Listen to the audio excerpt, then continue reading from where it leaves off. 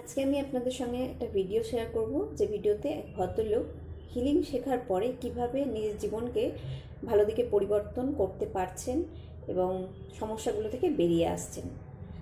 চলুন চলা যাক। নমস্কার, পিসি হিলিং লাইফে আপনাদের সকলকে স্বাগত জানাই। আজকে একটা কথা জানাবো আপনাদের, গল্প আর কি। সেটা হলো যে অনেক দিন আগে এক ভদ্রলোকের সঙ্গে আমার দেখা হয়। তো আমি দাদাই বলি। তো উনি হঠাৎই, ওনাকে আমি কোনোদিন চিনি না, মানে চিনতাম না আর কি।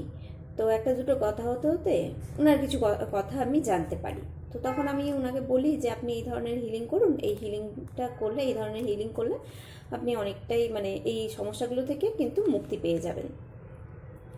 তো এইভাবে বেশ কয়েকদিন মানে কথা টথা হয়েছিল কয়েকদিন। তারপরে ফোন নাম্বারও নিয়েছিলেন, ফোনও করেছিলেন, আবারও হিলিংয়ের সম্বন্ধে জানতে চেয়েছিলেন। আমি বলেছিলাম। তারপর বললেন শিখবো। তো ঠিক আছে, আজ আসবো কাল আসবো করে আসা আর হয় না। আমিও দু একবার ফোন করেছিলাম যে ঠিক আছে আপনি আসুন। তো ফোন করে বলেওছিলাম। উনি ঠিক বুঝতে পারছিলেন না যে ব্যাপারটা কী, হিলিংটা কী। তার জন্যই আর কি উনি আরও এইরকম দনমন্য করছিলেন। তারপরে একদিন হঠাৎ করে দেখি যে আমাদের বাড়িতে আসলেন ফোন করার পর, দিয়ে আমার সঙ্গে বসে অনেকক্ষণ কথা টথা বললেন হিলিংয়ের ব্যাপারে, এবং ওনার লাইফের যে সমস্ত সমস্যাগুলো জটিল সেগুলোও জানালেন। তো আমি বললাম যে দেখুন, আপনাকে বিশেষ কিছু ভাবতে হবে না, আপনি একটাই কাজ করুন, আপনি অ্যাঞ্জেল হিলিং মেডিটেশনটা শিখুন, শিখে আপনি প্র্যাকটিস করুন, দেখুন আপনি কিন্তু অনেকটাই আপনার এই সমস্যাগুলো থেকে বেরিয়ে আসতে পারবেন।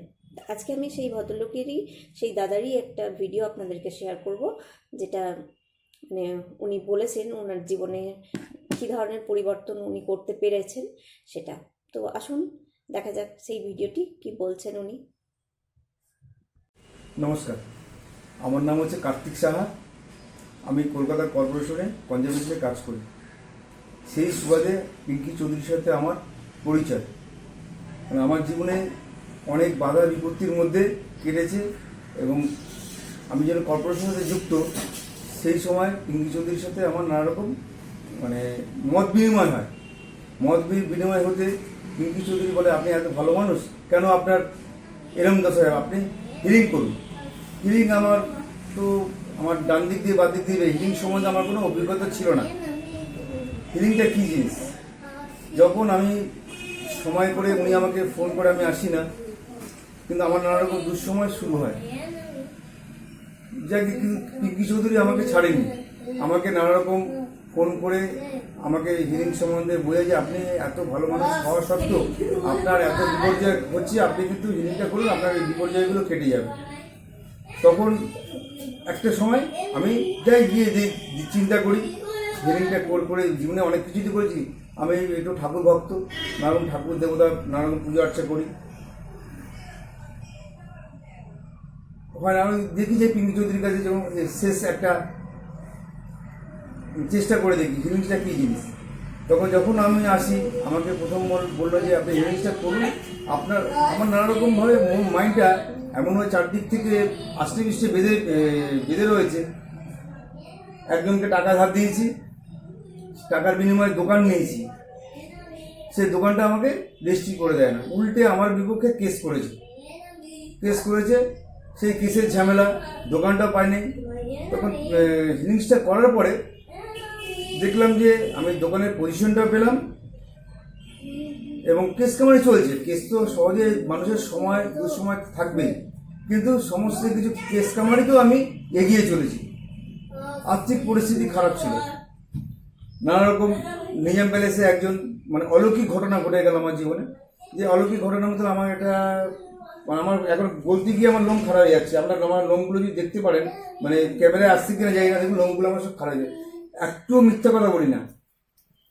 আর আমি সুবক্তা নয়, এবং বিজ্ঞাপনও করতে আমি আসিনি। মানে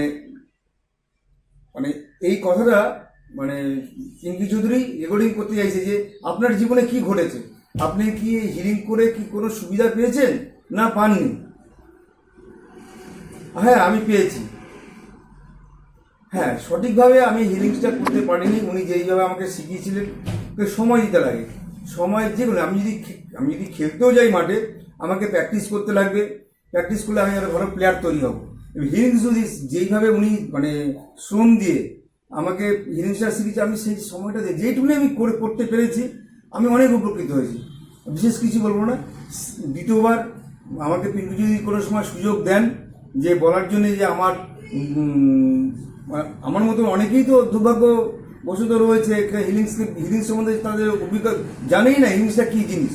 যদি জানতে পারে এবং পিঙ্কি চৌধুরীর কাছে আসেন, আমি কলকাতা কর্পোরেট 122 নম্বর ওয়ার্ডের বাসিন্দা। আমার বয়স হচ্ছে এখন বর্তমানে 55। আমার কিছু চাওয়া পাওয়া নেই এবং ভগবানের আশীর্বাদে আমার সব কিছুই দিয়েছে, কিন্তু নানা রকম দুঃসময়ের মধ্যে পড়ি এবং এই অর্থনৈতিক পরিস্থিতি, এই পিঙ্কি চৌধুরীর কাছে এসে আমার অর্থনৈতিক পরিস্থিতিটা ভালো হয়েছে। আমি একটা জায়গা কিনেছি এবং বাগান বাড়ি করেছি, মানে বলে আমি শেষ করতে পারবো না। বলে শেষ করতে অনেক, এখন বলতে গেলে অনেক সময় যাবে, আপনারা নিজেরাও বুঝতে পারবেন না। আগামী দিনে যদি আমাকে পিঙ্কি যদি সুযোগ দেয় আমি আবার বলবো। নমস্কার।